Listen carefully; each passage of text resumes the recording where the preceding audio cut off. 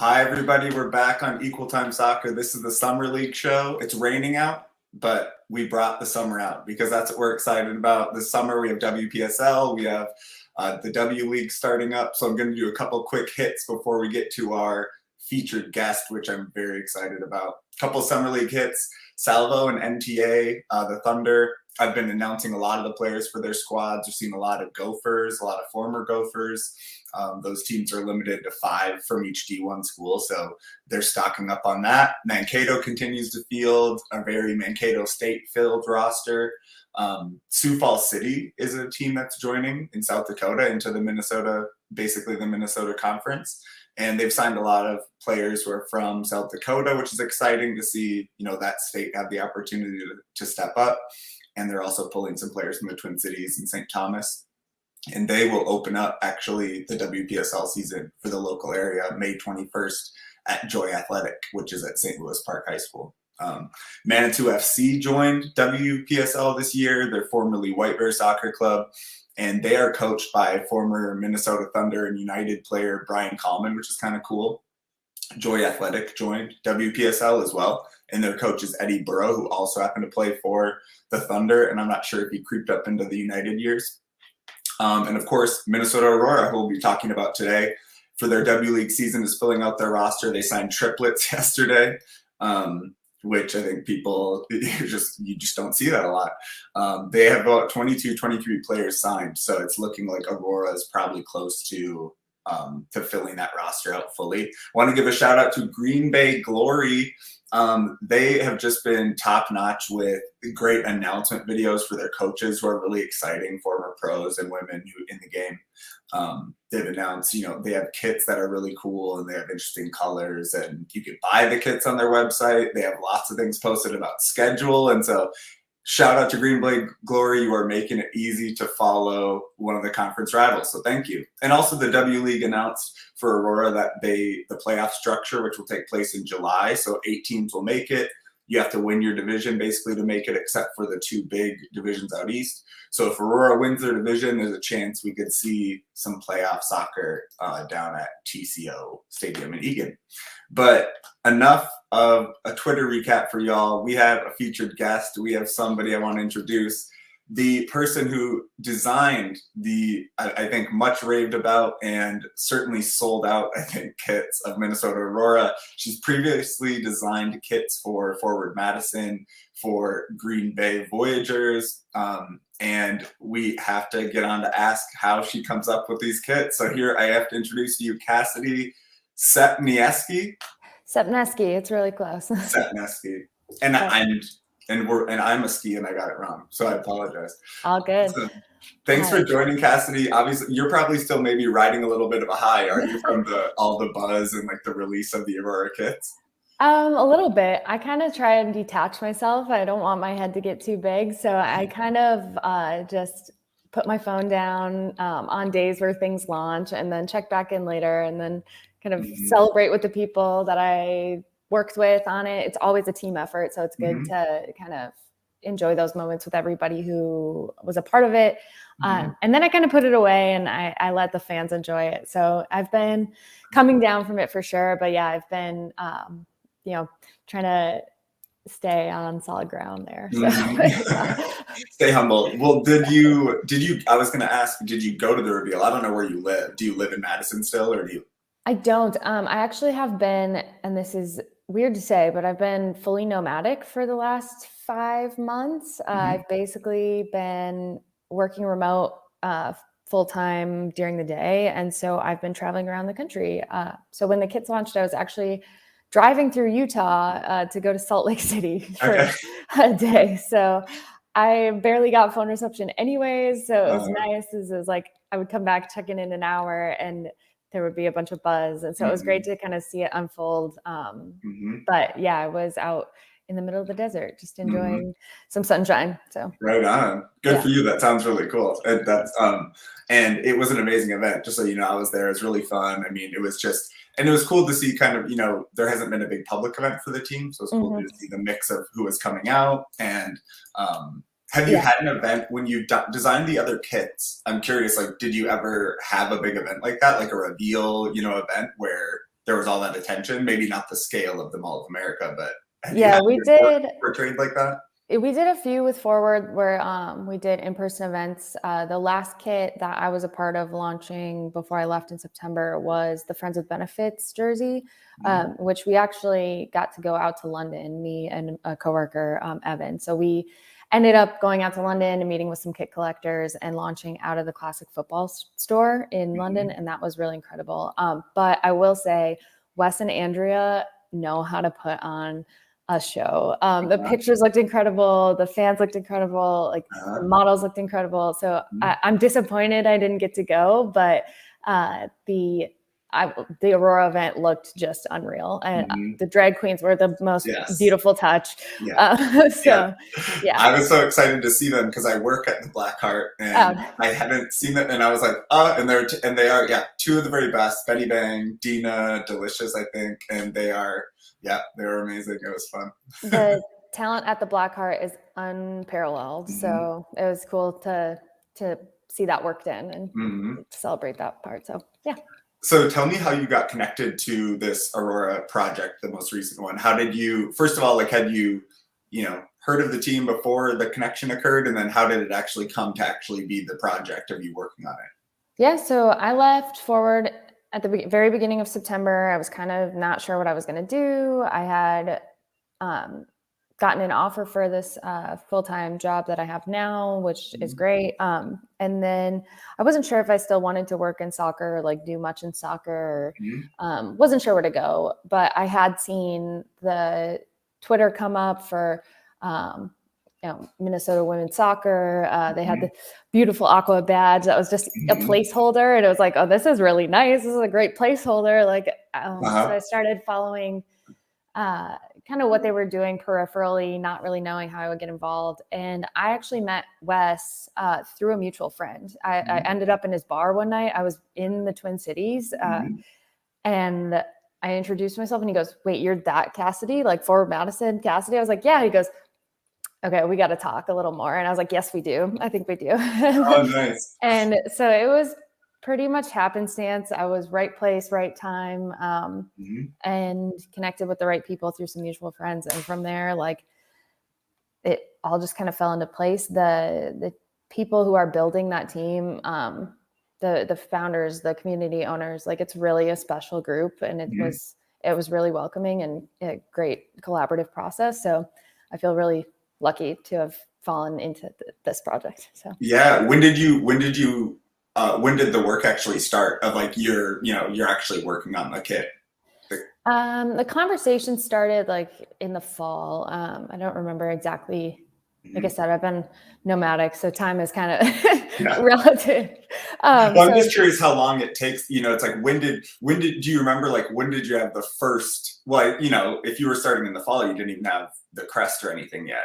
No. So, I mean, talk about how, well, maybe that's a way into it too. I mean, because it was so exciting to see the crest unveiled. I honestly did think there was a chance, are they just going to keep the placeholder? Because it is really good. And I like the shirt I have of that. I love, like, it's kind of like you were in at the beginning, Yeah.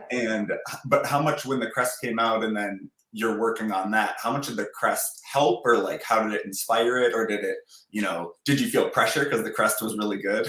Absolutely. So yeah, I was brought into the conversation prior to the crest being finalized. So I think it must have been like mid-November when we started kind of having conversations. So getting to see the work that the two female designers were putting in on the crest options, like, set the bar so high, because it was like, they have 3 stunning options for their crest. And the fact that the community then gets to come in and vote, and then they get to go refine it and build out this beautiful brand, like, it was stepping into kind of not an intimidating space, but a space where it's like, okay, this is a fantastically built project. Like, can I carry the torch on what they're building? Can I assist? So it was really good to come in and see kind of the behind build up for all of that. It definitely went into how I approach the design, the amount of time I put on it in it, the kind of goals I had going in personally, and the attention to detail I wanted to bring. So yeah. Talk about who you worked with at the team. I know, and I'm sure maybe you connected with Wes. I know he was maybe a part of it. It was Ali Rinke maybe a part of it. Who else was working with you? The two primary people I talked to were Wes and Ali, and so those two are gifts. They are human gifts. That little team was just fantastic, collaborative, supportive, fun. So those two really created the space where as a creative who's being invited into a project, like it felt welcoming. It felt like I was allowed to input my own kind of thoughts into it, but also given the information and the resources I needed to create something that was for the community. So it felt really good. It's a great process. They both had great ideas. So it was really good. And then I got to go to Minnesota again in February, and I met with some of the rest of the crew, the founders, and we got to see some samples, and that was really exciting. So yeah, Wes and Ali were godsends on this project. Yeah, it's been amazing to see. Well, and it's cool. I mean, it backs up kind of the holistic piece of what the club wants to be and what they're kind of showing in their actions, which is giving opportunities for professional development for players, but it's also it's all female coaches, right? There's been all these designers who are women who are doing amazing work. So it's like you want to be growing people in all the aspects of the game, and so it's a cool thing. It's backed up in deed. So I'm sure that makes for a better cohesive group to join too, I'm sure. Absolutely. Yeah, it made for a really great experience, and it felt like it felt just really good from start to finish. So now that I didn't think about how you maybe were talking to the team prior to the actual crest being picked. So did you have a rooting interest? You don't have to say which one, but were you watching it that way? Because it was obviously made an impact for your life. I was sold on Aurora pretty hard. I loved all the options, but I think the strength and the simplicity of the crest, and kind of the name being so like clean, but also personal to the area. Like it felt like a really good choice. That's where I definitely was leaning, but the work that was presented, I don't think any of them could have been wrong. So it was, I was going to make it work no matter what kind of came out of it, but I threw a coin or two in the hat for Aurora. Yeah, agreed. Like I would have been very happy with any of them. And it's like Arctic was kind of like the similar type of thing where it's kind of like an idea, in terms of what type of name it is. Yep. But yeah, I mean the color, and I think the thing that makes it very cool is like, like I follow a lot of different soccer. And so like, for example, like the MLS has there's 5 to 10 like amazing kits in MLS, and then there's 25 to 30 that are white shirts, black shirts, and literally a white shirt, right? And so and then the colors are not incredibly diverse, so it's always exciting to see. And like the Aurora colors stand out, like the keeper kit, even though it's just a little feature of that orange on the crest, it's like, well, yeah, that works perfect as the alternate keeper color. And it's a cool, what is that color? I'm sure it's not just called orange. It's called Flash Red. Flash Red. That's a good job. Good job naming that. I didn't name that one. I think that was Ali. And it is very appropriate. And that's cool. I will say, makes it even cooler. Yeah. I was hesitant on it. I was not sold on the idea of using it as a full kit. I was like, this is too strong. Like this is going to be too much. And then we saw it in person. I was like, you guys were totally right. This is where I bow out on this opinion. Like you guys, you swayed me in a way that it makes a lot of sense. And that's what was so nice, like the collaborative nature of it. And like everybody's ideas mattered and everybody got a say, and it was good. That's great. Yeah. And well, there's cool colors and there's a lot of things you could do. I mean, with like a goalie kit that, it's nice to have it stand out from the other jerseys, but it's also like you could do a really cool, a different version of like a black, with all the different colors. And, but yeah, we'll get into, you have another sky constellation based kit I'll have to ask you about in a little bit. But so I wanted to ask too, like, when did you just clearly, I mean, you got started doing this early, you're in college clearly doing this work. So I'm just wondering, like, when you had the idea that this is something you'd want to do, be a designer, or what do you refer to yourself as when people ask what you do? A designer? Graphic designer? I guess now, before I didn't. I actually have a degree in marketing, so I have a business degree. Mm-hmm. So for a long time, I was like, no, I'm into marketing. Like I'm a Mm-hmm. business kid. Like, Uh, and I was just kind of doing graphic design on the side because I wanted to know what was going on, and I think I thought it would round out my career. mm-hmm. And then it ended up like taking a very full Yeah. swing in the other direction, like Mm-hmm. very strongly leaning in design now. So yes, I would say I'm officially a graphic designer. Okay. But I remember I actually started with the baseball side of things in Right. Madison. Mm-hmm. And I remember my boss asked me to do something. This was like my first year being employed there. And he was like, can you make a flyer or a poster or something? I was like, oh, I wish we could hire a professional graphic designer. He goes, what do you think you are? I was like, what do you mean? He goes, well, don't we pay you for graphic design?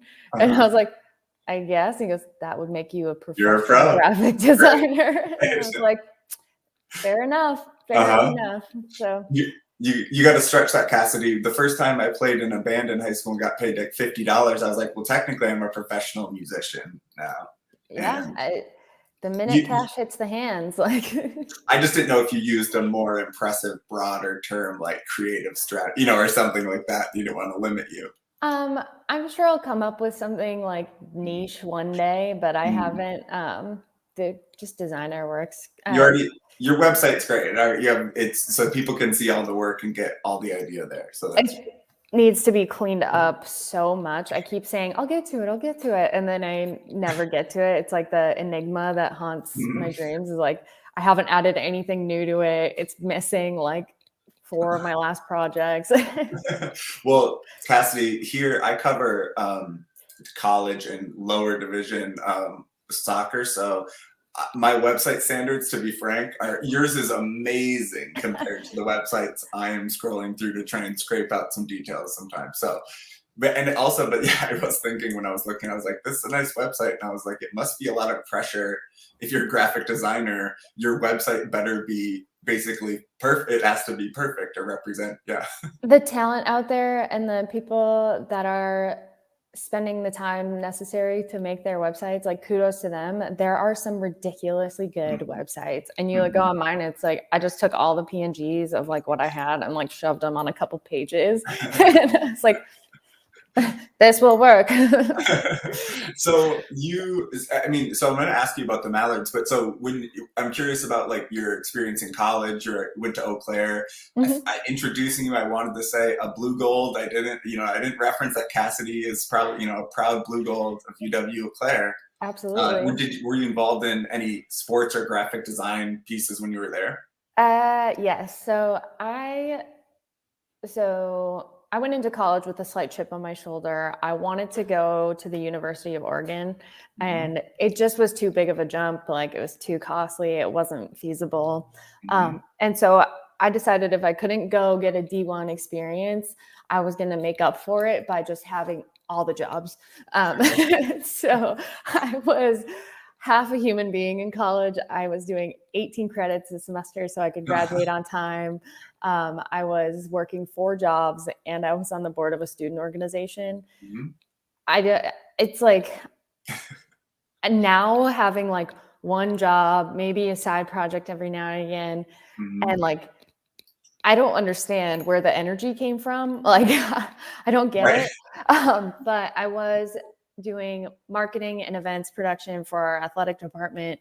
I was doing graphic design for our recreation department. So all of like the outdoor trips, the intramurals, stuff like that.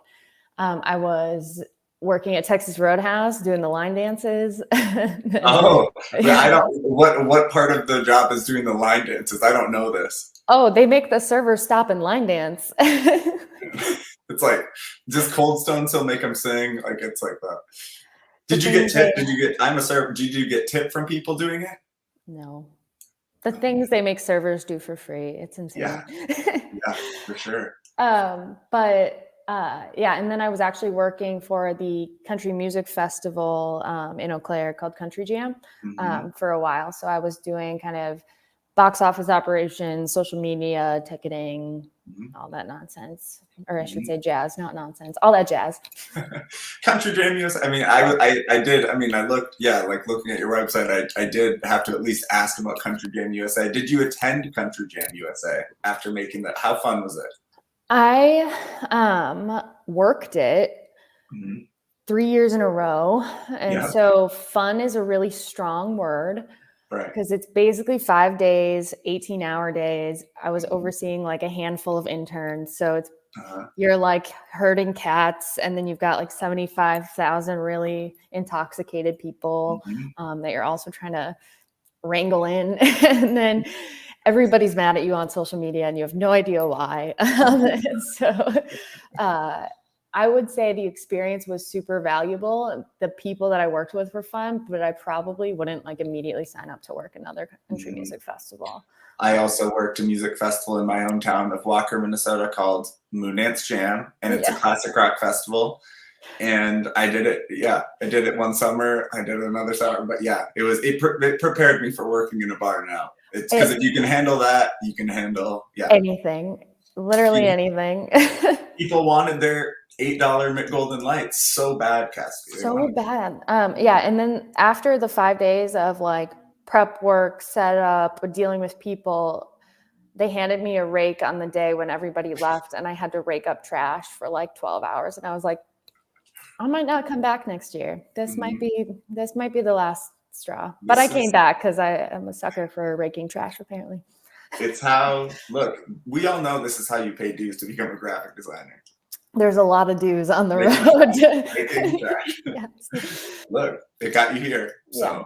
So, and then I had to ask too. I mean, I don't know if there's any stories to be told about Yum Yum Fest, but I just thought it must be fun to do work designing logos that say Yum Yum Fest. That one was actually sometimes I forget about that project because it's like wrapped up in the baseball seasons and Right. the craziness. I actually went to Hobby Lobby and bought um, a bunch of paper and Mhm, started like crumpling it up and hand cutting out those letters and then mhm. scanning them in. And so all of those materials are actual paper, like Okay. menus, logos, like I hand papered that Mhm, stuff and I was like, this is fun. This is a really good mhm. time. And Yeah.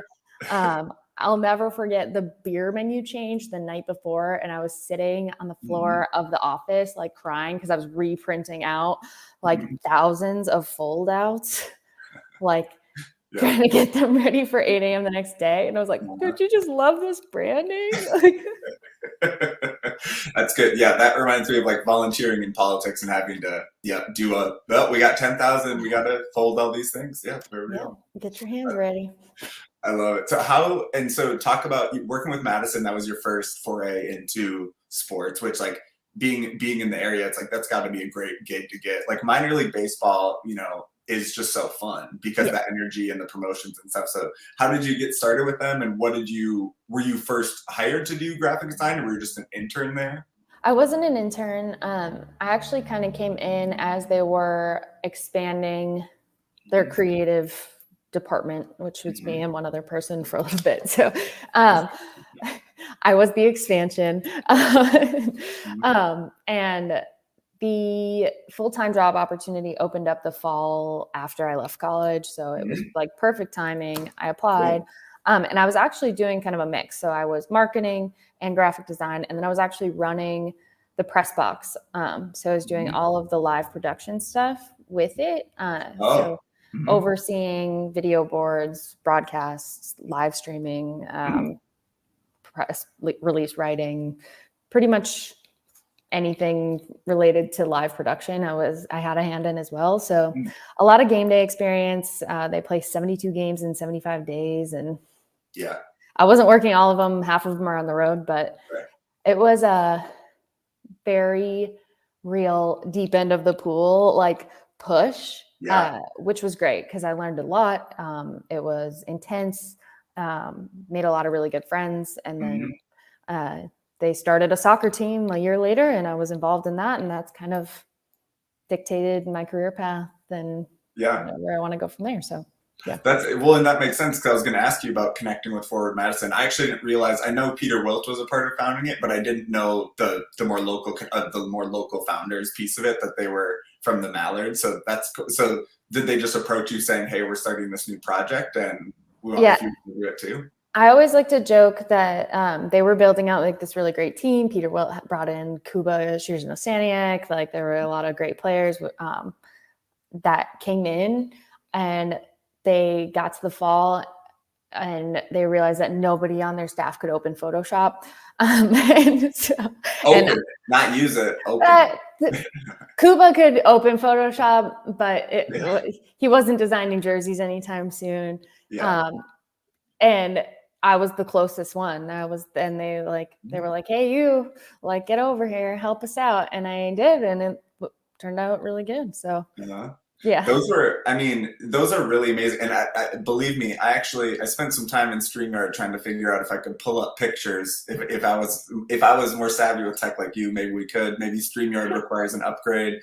But I desperately wanted to just be able to, it probably would have been too long of a show, but pull up all the kits and just ask you about them. But so for people listening right now, if you're on a computer or phone, pull up, you can go to Cassidy's website. It's very easy to see all the kits. But I love, Forward Madison has some cool, it's like tie-dye type things with like sky blue and purple or whatever the actual colors, or pink, and the Voyager kit is a constellation, and it's like the constellation you would see above Green Bay, and it's like all the stuff you get with a big kit release. So I love those. How did you get connected to doing Green Bay Voyagers, and how were those? I'd ask, like, how is it different working with Forward Madison? I mean, is it just the same people with the Mallards and Madison, or was there a difference, going into the soccer world for the first time? That's a great question. So the Voyagers were created the same a year after Forward, actually the same ownership group. So we owned the Green Bay Booyah and the Green Bay Voyagers up in Hold up. What's the Green Bay Booyah? It was the minor league team out of Green Bay. Now they changed. They new ownership, and they're the Green Bay Rockers now. So. Oh wow! I really need you. I'm sorry. I just really want some gear. Yeah, it was great. I love that. Yeah, and then I was already kind of working. I was like deeply involved in the baseball stuff, so it like became part of my workload to help on the soccer side. But they are very separate, and it was some days really hard to transition from like a morning working on baseball stuff to then switch to soccer stuff. And it's two different worlds, two different fan groups, two different kind of targets to hit. Baseball is built on being gimmicky and a little bit like garish, and then soccer is much more traditionalist and like clean and nuanced. Like there's a lot of nuance in the soccer culture that I didn't know and had to learn. And so it's like some of those kits are actually blending those two worlds, where it's like, how do you have fun with it but still make it elevated and kind of like fit with our community, not gimmicky but still interesting. So it was a fine line, a lot of balance, and a lot of figuring stuff out as I went. It makes a lot of sense that they have that minor league baseball influence and ownership, though, because I would say they do it perfectly in terms of balancing it, because you do want it to be fun. And the one thing about soccer, I'm sure that you found that makes it different than other sports. And like you see, it just works differently, where you actually, as a team, you need to allow a certain amount of room for the supporters to drive the culture, which can be frustrating because, of course, if you don't really have fans or supporters building that, you want to try to build it. And so and when you're a new team, of course, you want to help develop it as well. So it's a different balance. Yeah. Because, minor league baseball is built on and they openly own it. It's based on like entertainment aside from baseball. It's like they know what it is, and it's both. They want to develop players, but Yep. yeah, but I think they balance it well. Yeah. I think the thing about minor league baseball too is it's kind of meant to be plug and play. Like all you have to do is show up and you're going to have a good time. It doesn't necessarily take you being super involved. It doesn't take you putting thought into it. It doesn't take you kind of like even knowing what's going on, where it's completely different at a soccer match. Like you show up and you don't know the chants, like you don't know the culture, like you don't know where the fans are, like you're gonna be a little bit behind. It takes a little more work, and it takes a little more like them building a culture. And I think that was what was really exciting to see those first few years, was that culture was organically built by these incredible fans. And it was only like, we only amplified kind of their ability to build that. And that was really cool. So it's like helping them create avenues of expressing themselves and using kids as a way to kind of get forward on the map so that they could build something that really shines. So that was really neat. It's a great club, and I think Minnesotans are like, with Carl Craig going there as our former manager, and then lots of players and things, and it's like there just aren't that many professional soccer clubs close by. So it's always people in Minnesota are really proud of them too. It's kind of funny because soccer is a growing sport. It's very big now, but the fact that like I grew up with soccer being such an underdog sport, it's like we should be really, you'd think we might be really harsh rivals with like Kansas City or whoever, but it's like, no, we're actually just really pumped we each have teams, which is, I think, fine, and if it becomes a more bitter one, that's fun too, but it's kind of funny. The friendly rivalry is funny because Minnesota and Wisconsin, we don't have any other of those. No, and it's like, it's more of a camaraderie in being the underdog and rather than like it's like a mutual understanding almost, it seems like. So that's cool. I have to ask, so is every single one of your kits, I think at least for soccer, were inaugural teams, weren't they? Like they were starting or at least most of it. So I'm wondering, well, like when I talked about like seeing the Aurora crest and then knowing you have to translate that into what is going to be, like a defining look, because like in a case like Madison, like if you hadn't, now that kind of tie-dye type swish that is a whole part of their definition. So I'm just wondering how, maybe you hadn't thought of it before, but I'm wondering how that factors into maybe it means you can't go too far astray. You want to like define it by what the look should be. I don't know. How do you process that? Or is it even a piece of it? That's a really great point. And I honestly hadn't really thought of that. They all have been kind of a blank slate, which is really, it's really been a gift now that I'm like thinking about it, because what's a better opportunity than just a blank page? I think candidly, the crests that I've been allowed to work with have lent themselves really to just a foundation that is already so elevated. Like the Voyagers crest by Matt Wolf, like unreal, easily one of the best crests in lower division soccer. The paddle on it, I love it, man. And it's so easy. I think one of the first steps I usually do, honestly, is dissect crests when I'm thinking about kits, and how can I take pieces that already are being utilized so well and continue that usage. So for example, the 2019 alternate, which was the first alternate that kind of hit big, was that pink one with the navy chevrons kind of going across it. It actually, the underlying pattern, the scallop pattern that we ended up using quite a bit, is just a chunk of the crest cut in half. So it's actually the bottom of the forward logo, the like feathers. And I just cut that out of the crest, and I repeated it a bunch of times. And that became kind of that did set the tone for a lot of our branding, a lot of our stuff. We use that pattern in a lot of things. Same with the Voyager branding. The paddles on the away kit are straight from the crest. The star turned into the constellation is straight from the crest. So there's a lot of thoughtfulness when I'm given like a good crest into how do I just take work that I already know is really good and use that to define a bigger picture. So yeah, definitely. I love the Green Bay constellation. The cool thing about kits is sometimes they're great for players, but of course, like one, it's body shape. They're unforgiving on any of us. But sometimes kits really work for streetwear, and sometimes they might look really good in the field, but not really work as a person wearing it. And so most of yours, I mean, especially like I love like that Madison. Well, like I don't know if you did the Madison reversible one, but that was really that was weird. And then, but that Green Bay one, it just wears well. Like and you don't look like you're a dorky dude wearing a soccer jersey. You know, there's a difference, but yeah. I was saying to someone that the Green Bay set as a whole, like home away alternate from 2020, is my favorite. Like it's that set in itself, like is the one that I felt just really good across the board. So like the alternate one is the green one with the trees, and I actually hand painted those.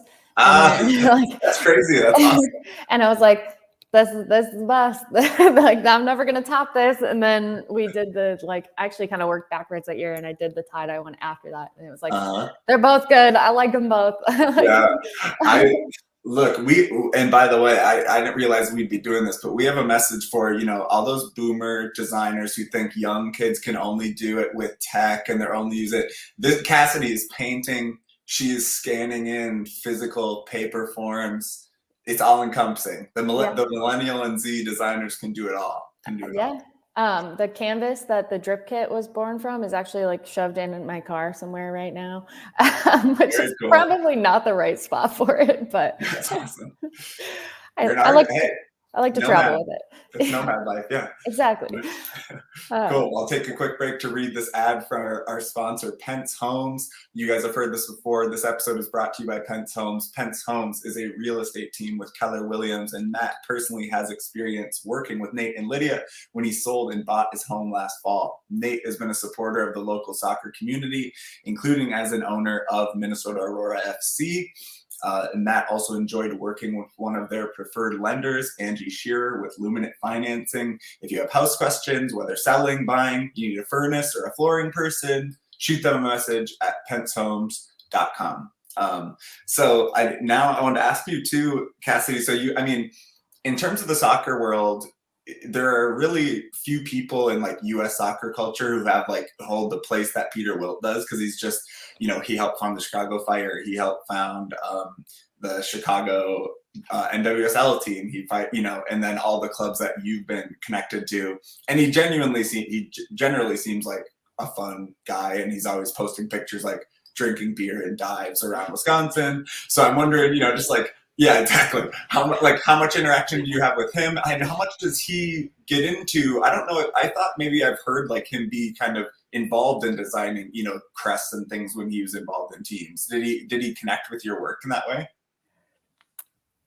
Yes. Peter. So I actually wasn't involved in the forward crest decision. He was leading that with the ownership, the other owners.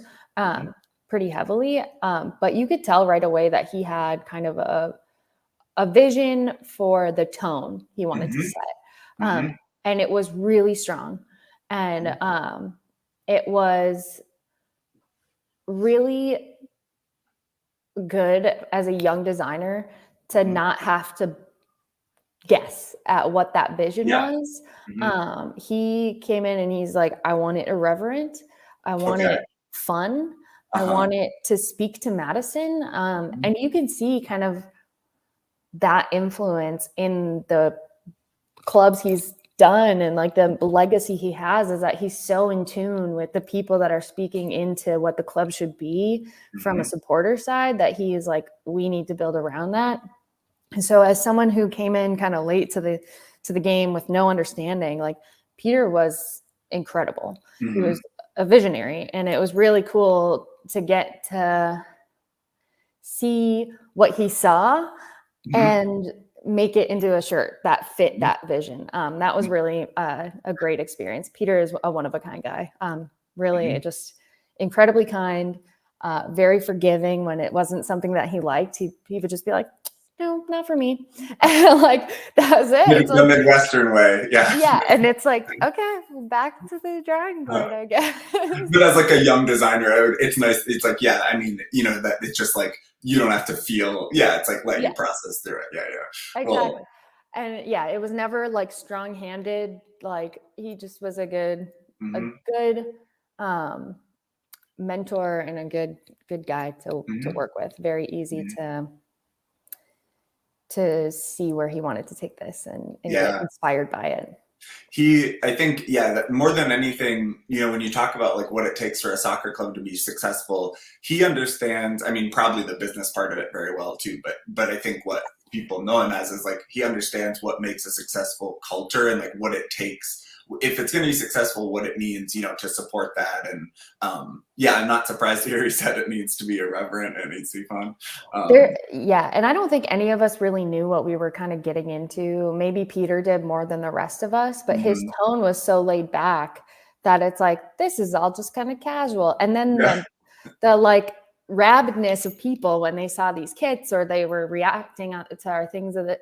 We are like, Mhm. Peter, like, and he was like, no, this is good. And we're like, why are you so casual? Like, he showed up to our third kit launch, which was at a car dealership for some sponsorship reason.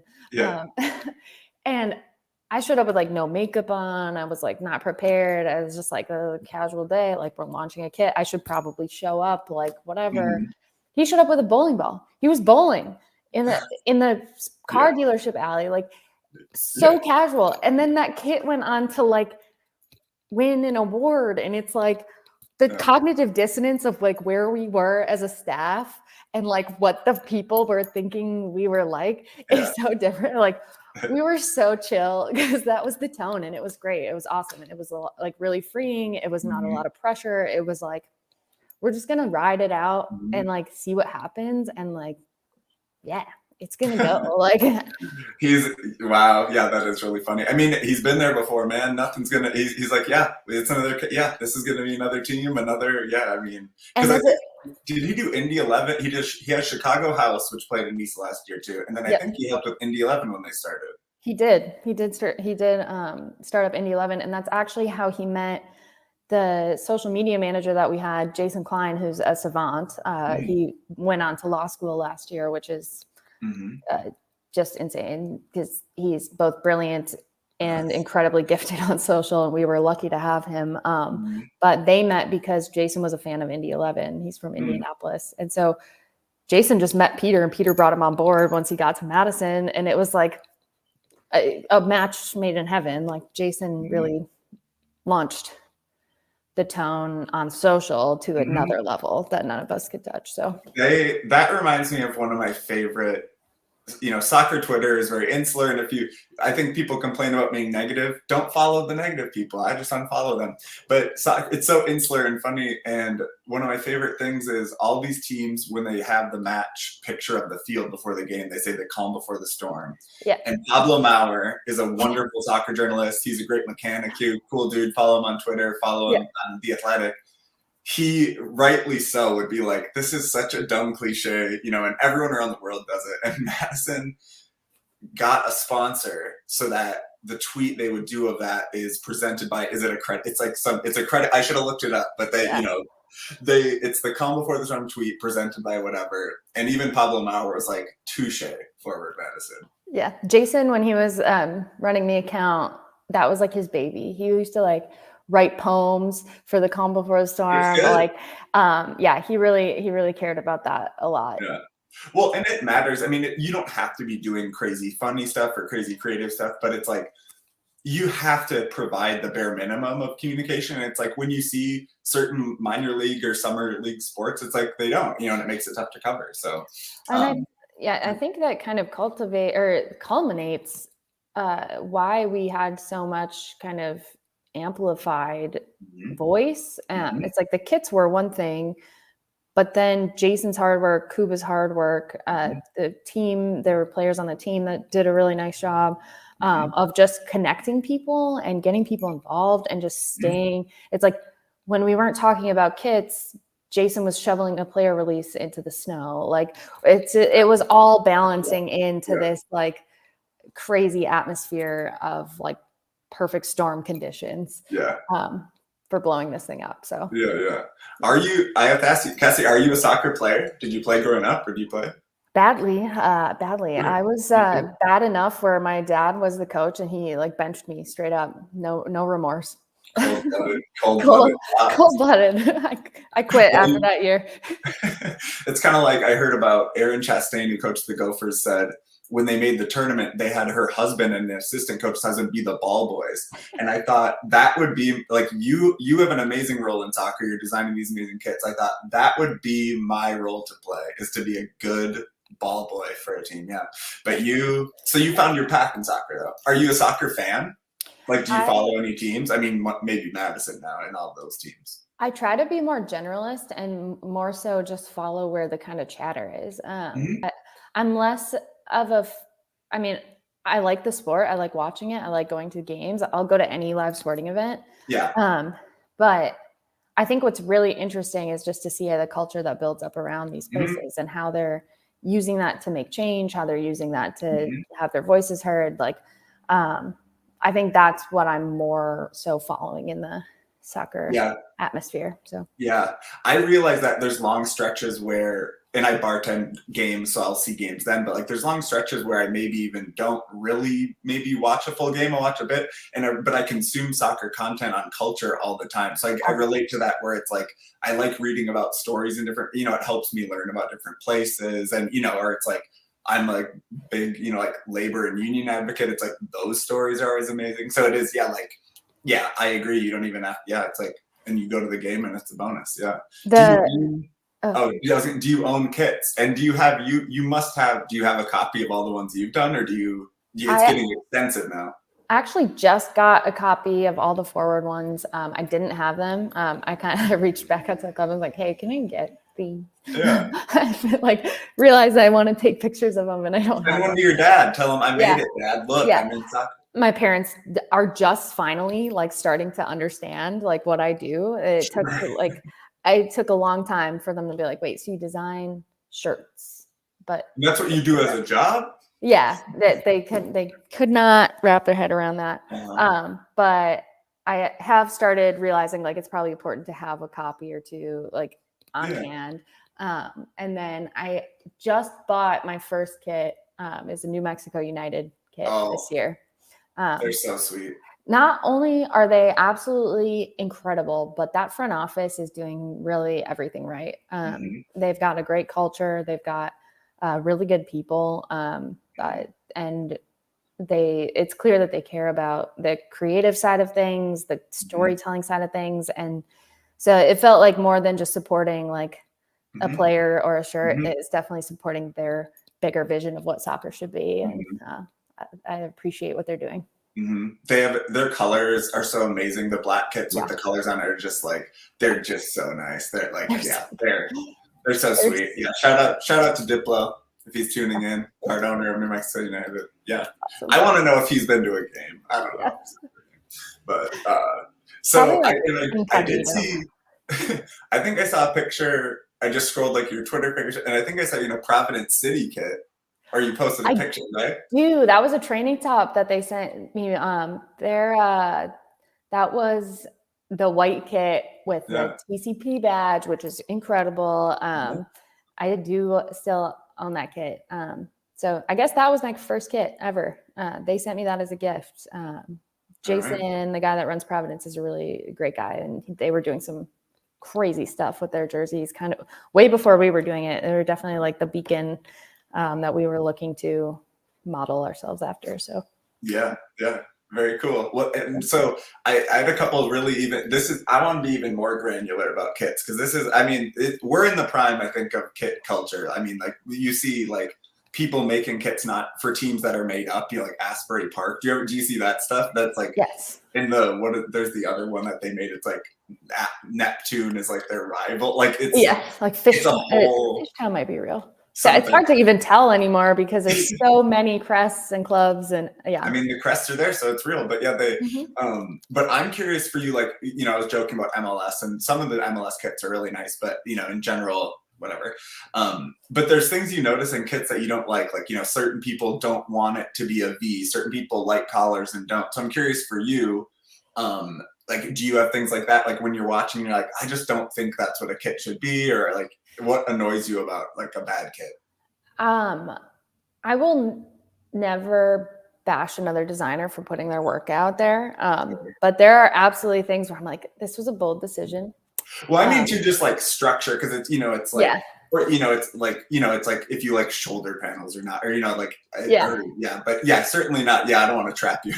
No, you're good. Design, I for a long time was not sold on collars. I thought they were like kind of like bulky and weird, but some of them are just done really well. And so it's like it has to be a rare collar for me to be like, wow, this is top tier. Otherwise, I'm kind of on them. And then there's some stuff with like I think people underestimate, like you were saying before, like the way things fit and the way things hit the body when people design that they don't take into consideration. And sometimes it's those little details that make or break a kit for me. Yeah. It's like a stripe misplaced here and a stripe misplaced there, or the logos are really far apart on the chest and it gets weird. And it's easy to pass on those things when you're designing at full speed and you're like so close to it. And I think it's that extra kind of step to take a 10-mile view of it when it's on a body and be like, okay, where do I need to adjust? And I do it too. There's some stuff where it's like, you just can't control production.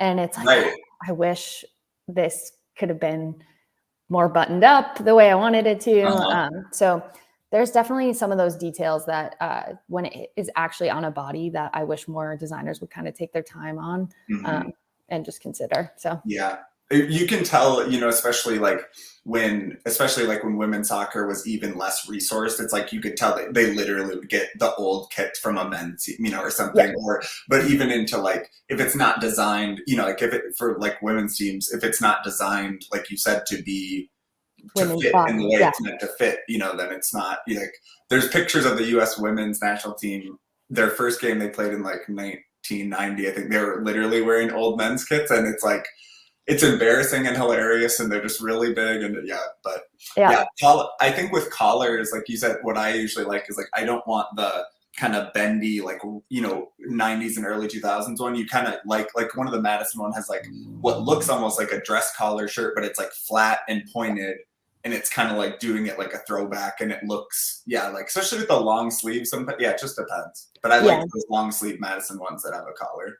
Yeah, those ones the collar was a little thick. That was kind of our first test into it. And we got it and we're like, little bit retro, but that's okay. It does. It looks like, England. Yeah, you think a little bit. Yeah. And then I think like something that's crazy to me about the kind of, like you said, the kit culture and the like speed and pace at which things are being made and produced and sold is the fact that like so many kits get sold on mock-ups.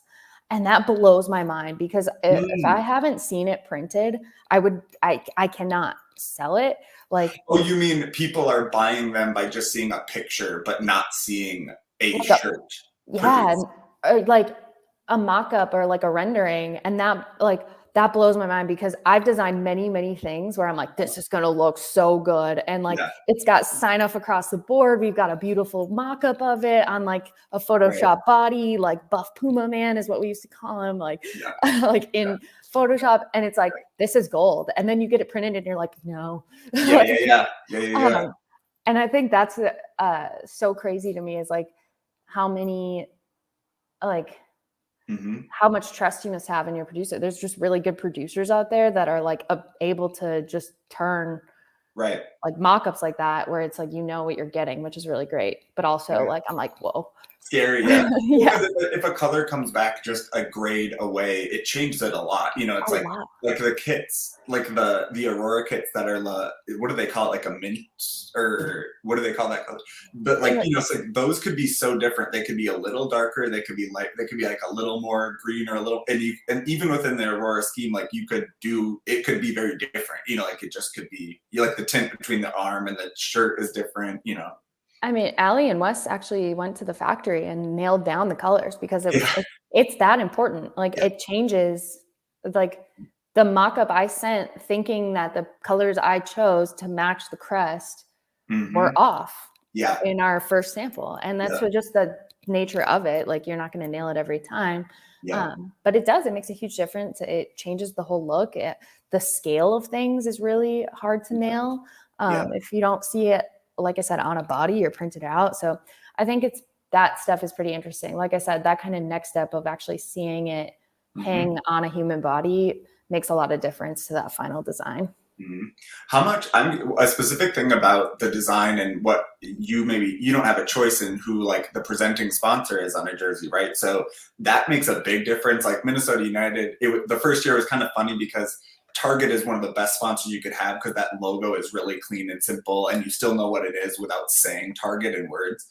But the stripe was like a little off center, and it was like, well, I know it was breaking people's brains, but generally since then, it's been like that's like the perfect logo, right? Because it just sits there. You can design kind of around it, and sometimes if there's a company that doesn't have a nice logo, the kit can only work so much around it. So I'm curious for you, like how that's been, because you think yours have generally been like Dairyland seems to fit pretty good on Madison. The Voyagers don't have a big one. Yeah.